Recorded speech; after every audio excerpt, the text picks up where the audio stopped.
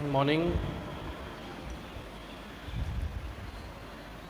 11th class के English literature student सभी का बहुत बहुत स्वागत है जेडी के डिजिटल क्लासेस में। हम इंग्लिश लिटरेचर में पोएम सेक्शन कंप्लीट कर रहे हैं, जिसमें the world is too much with us.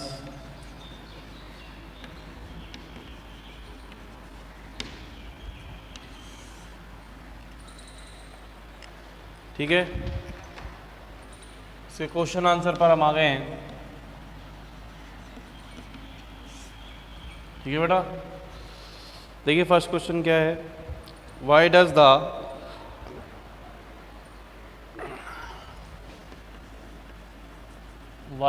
The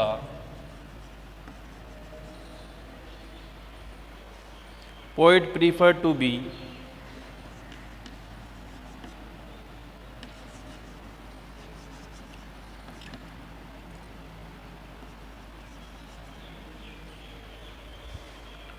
a primitive pagan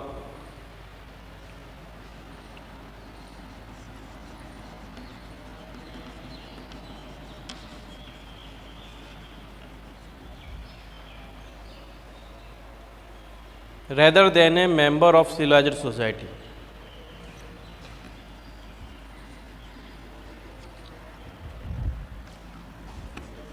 Rather than a member of civilized society.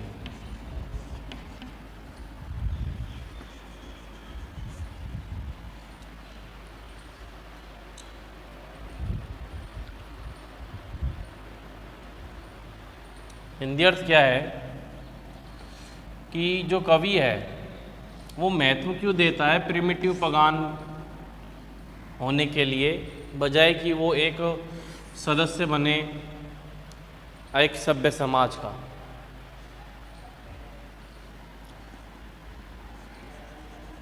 The civilised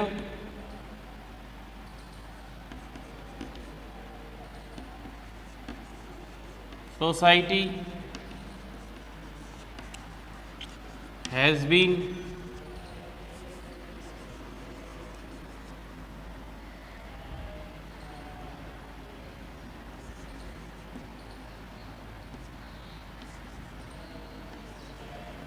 critically analyzed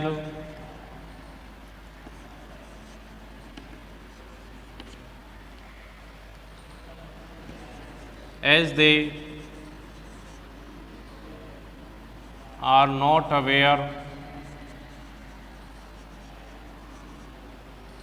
towards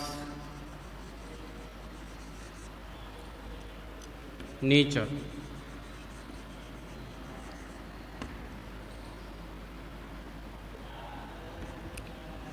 On the other hand,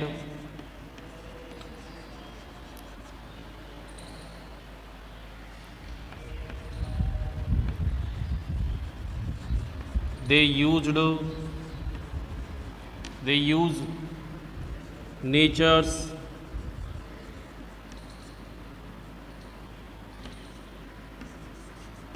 gifts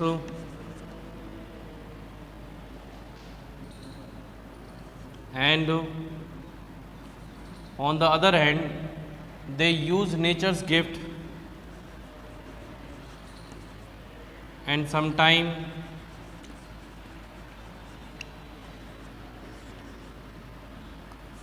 to be cruel on it.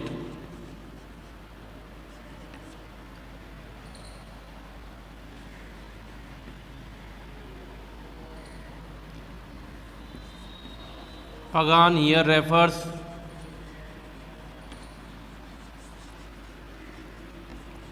to a wild or unlit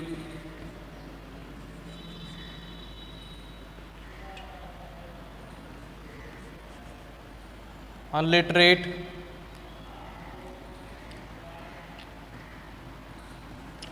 person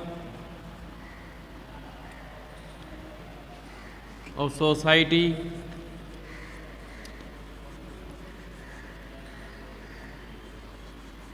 who loves nature and its beauty.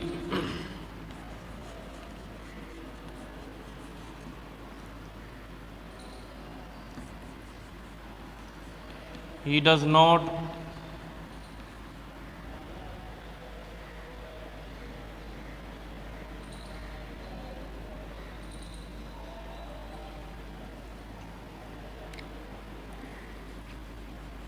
waste his life in worldly matters,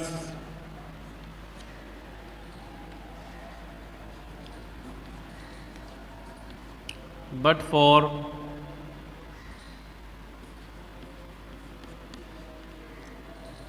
loyal to the nature's gift.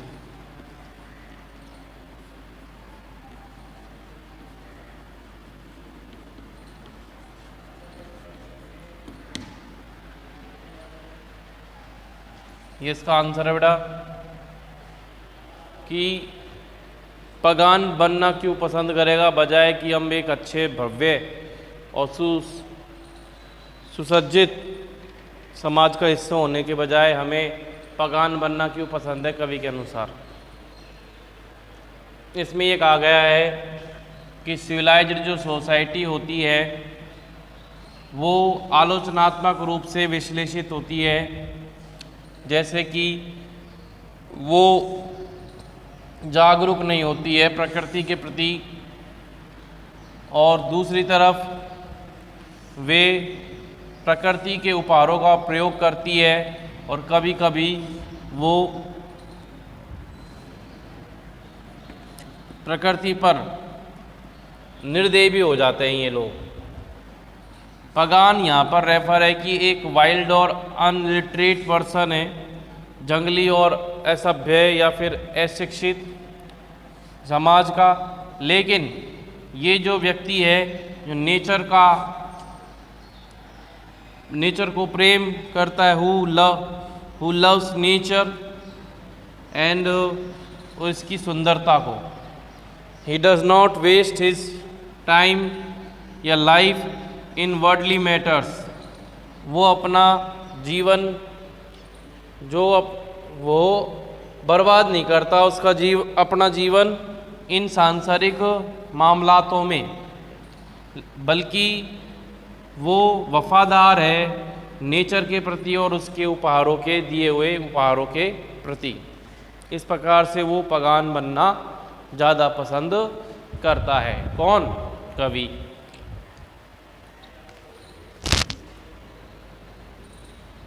आगे देखिए,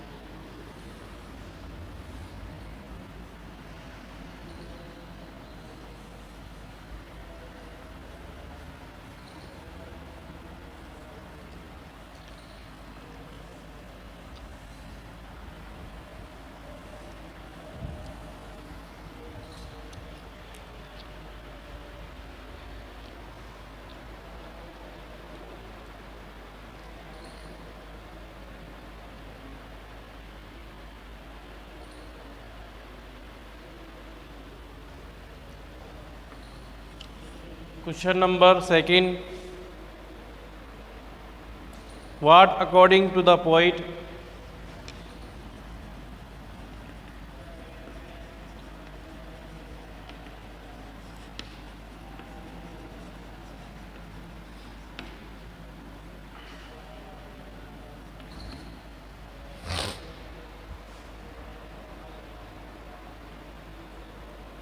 are human being out of tune?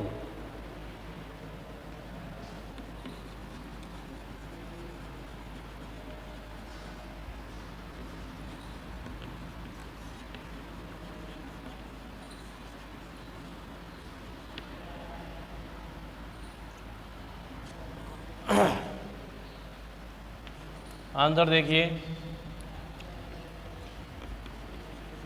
The poet talks about a kind of human being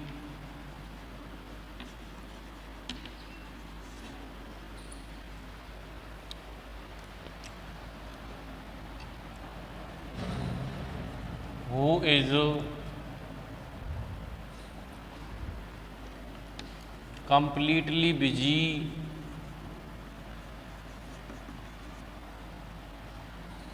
in his worldly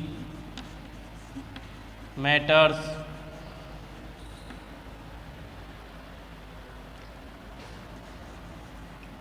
He does not have any time to observe nature's beauty.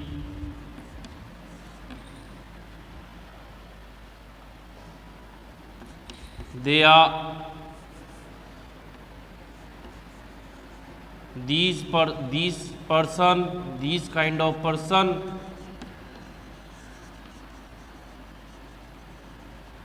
are waste their time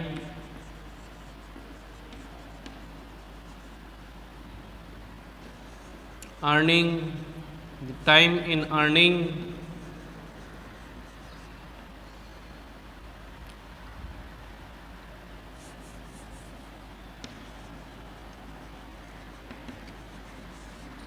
and spending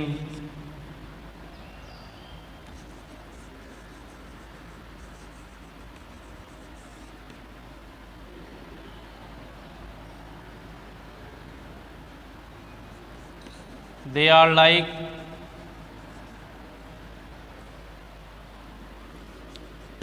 machine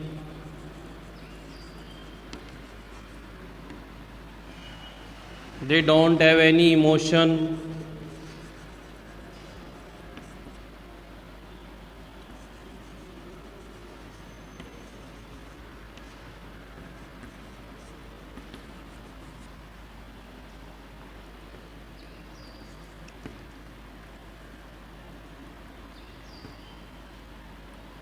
thus the poet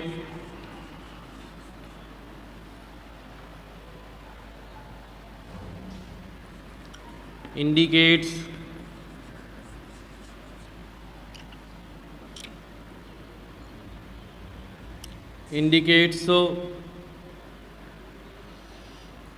urban person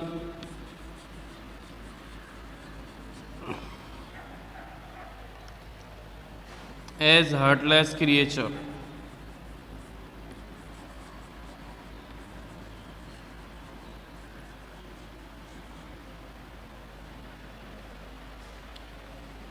ये इसका answer है भाई।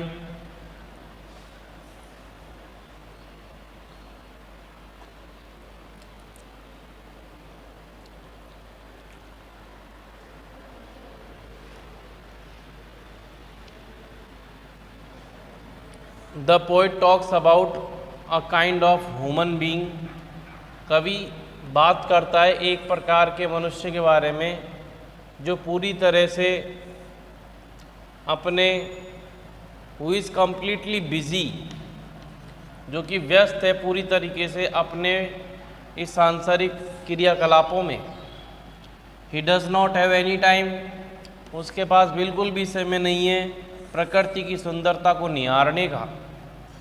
These kind of person, इस प्रकार के जो व्यक्ति होते हैं वो अपना समय कमाने में और खर्च करने में ही पूर्ण कर देते हैं। दे आर लाइक मशीन, वे मशीन की भांति हैं, उनमें कोई इमोशन नहीं है।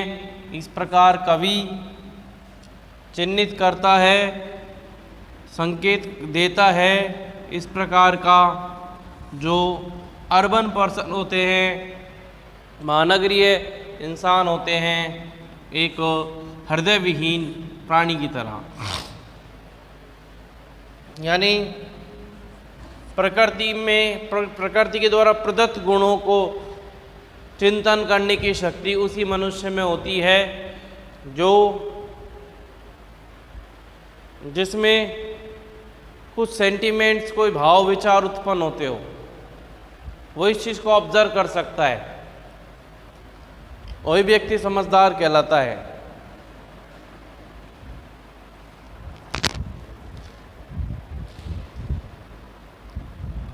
इसमें 2 ही क्वेश्चन है।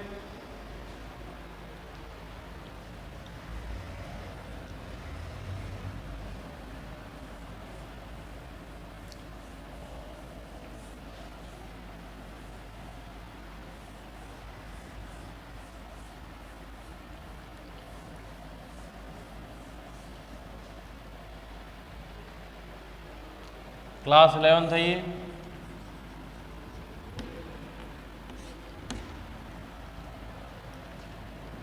आगे देखिए नेक्स्ट पोयम।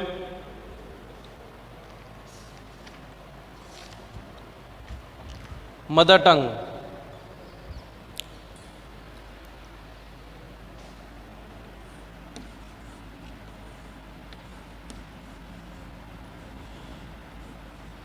मदर टंग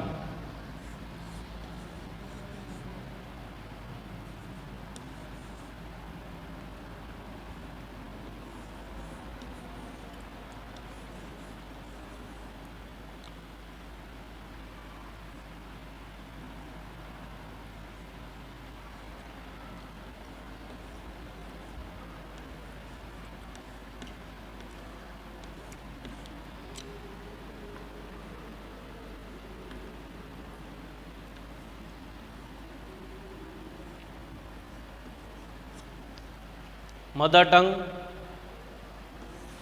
किसने कंपोज किया है?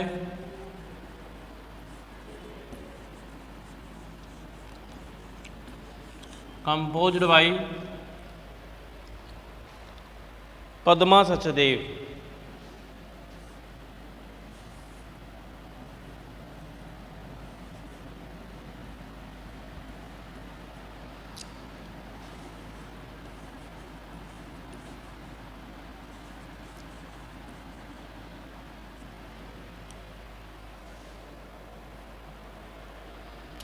पद्मा सचदेव ने इसको कंपोज किया है मदर टंग। मदर टंग का अर्थ होता है मातृभाषा।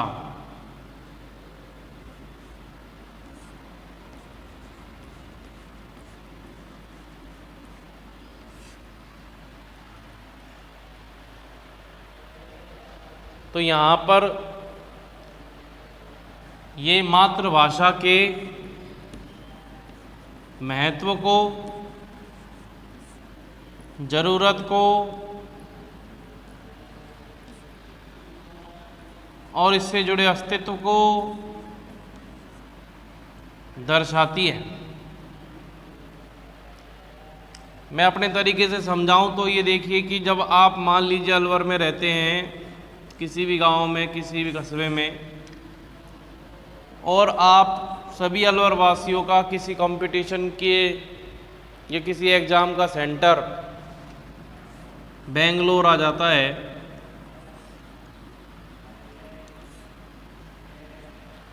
तो आप अलग अलग स्थानों पर जाओगे, लेकिन वहाँ पे आपको बेंगलोर में आपकी मातृभाषा से रिलेटेड कोई व्यक्ति नहीं मिलेगा जो आपकी और हमारी मातृभाषा में बात करता हो। और भाग्य ने साथ दिया तो हमें अपने अलवर के कुछ 2-3 रहने वाले वहाँ पर मिल गए, और हम उनको देखकर पहचान गए और हम उनसे बातें की, तो इतना ज़्यादा सुकून और ताकत का एहसास होता है जिसको हम अब शब्दों में बयां नहीं कर सकते। तो मदर टंग का बहुत बड़ा महत्व है। इसमें अपनी मातृभाषा जो है, पद्मा सचदेव 1940 में जन्मी थी, तो इसमें अपनी मातृभाषा डोगरी और हिंदी में लिखती है। डोगरी और हिंदी में अपनी मातृभाषा वो लिखती है।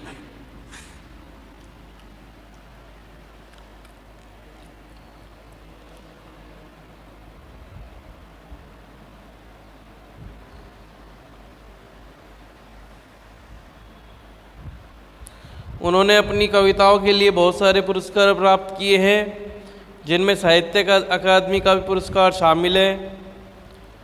उन्होंने अपनी डोगरी कविताओं के प्रथम संग्रह पर 30 वर्ष की अवस्था प्राप्त कर लिया था।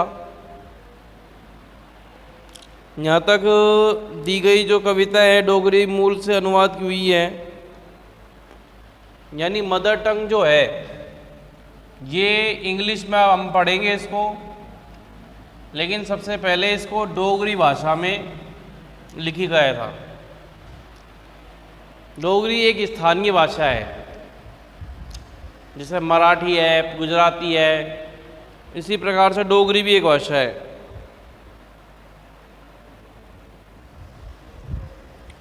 वो इस कविता में ये दर्शाती है कि ऐसी यह कविता डोगरी भाषा की अपनी लिपि शारदे से अलग हो जाने पर बहुत दुख की अभिव्यक्ति हो देती है। यानी डोगरी की जो लिपि का मतलब बोलते हैं, जैसे देवनागरी हिंदी की जो लिपि है वो देवनागरी है, उसे डोगरी की जो लिपि है वो शारदा लिपि है।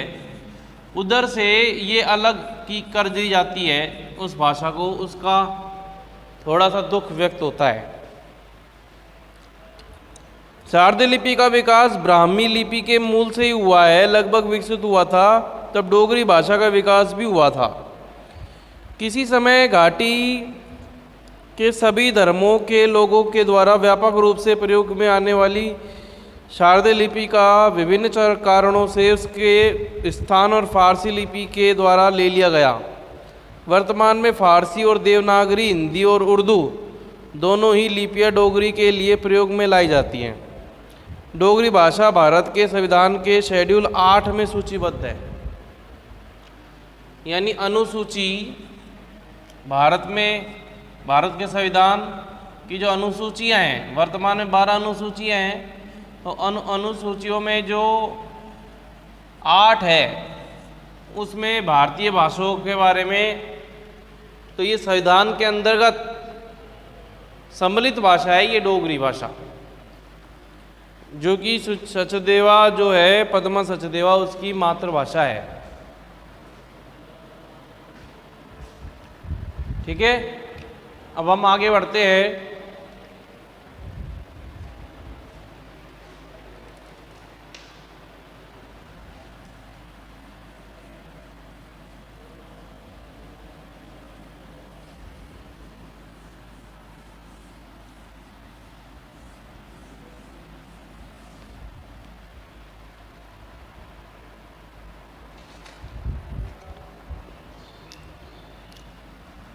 Stanza number first.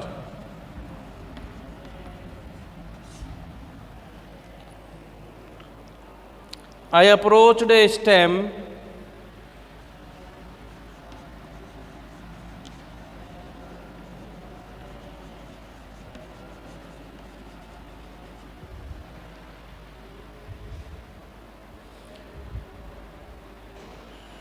swinging on a reed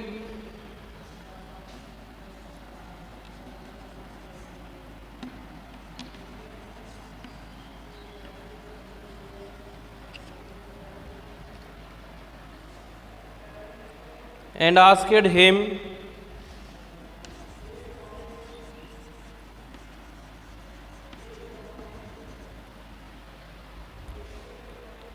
to give me a quill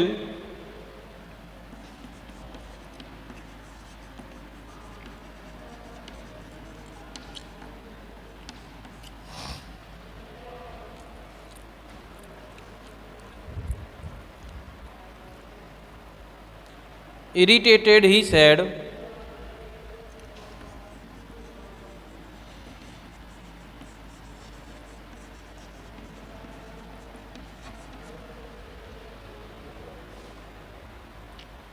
I gave you one only.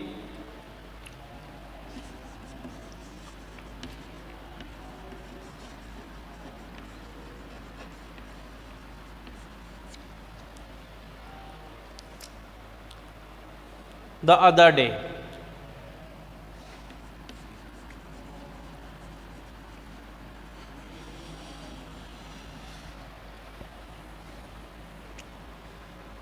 A new one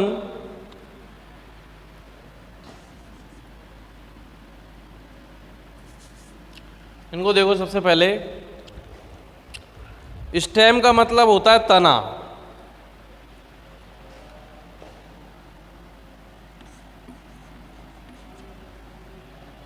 swinging यानी लहरता हुआ। रीड यानी सरकंडा, जो पानी में उगता है। एंड आस्क्ड हिम, एंड पूछा,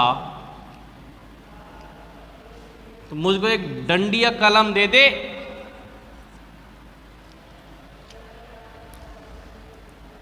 वो झुंझला गया, झुंझला जाना, झूंझड़,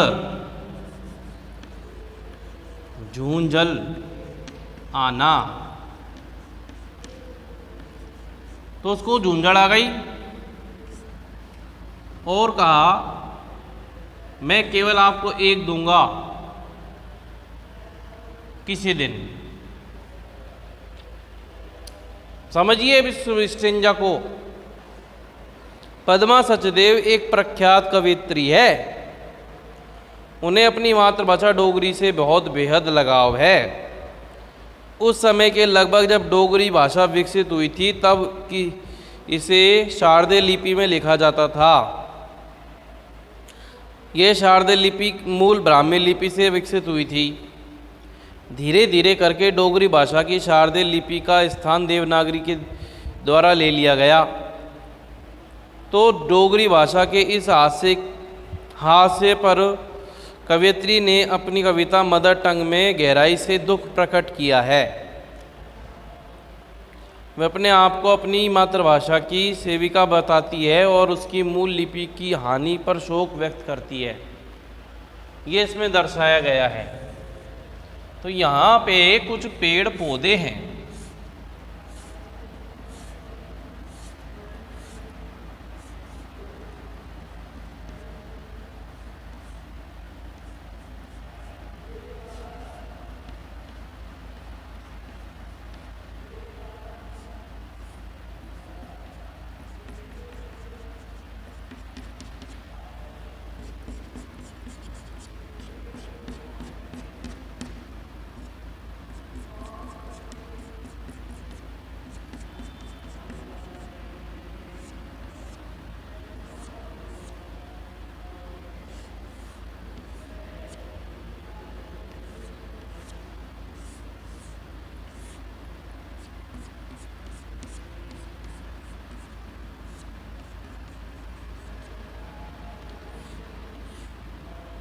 यहाँ पे कुछ ऐसे वीड के पौधे हैं, रीड,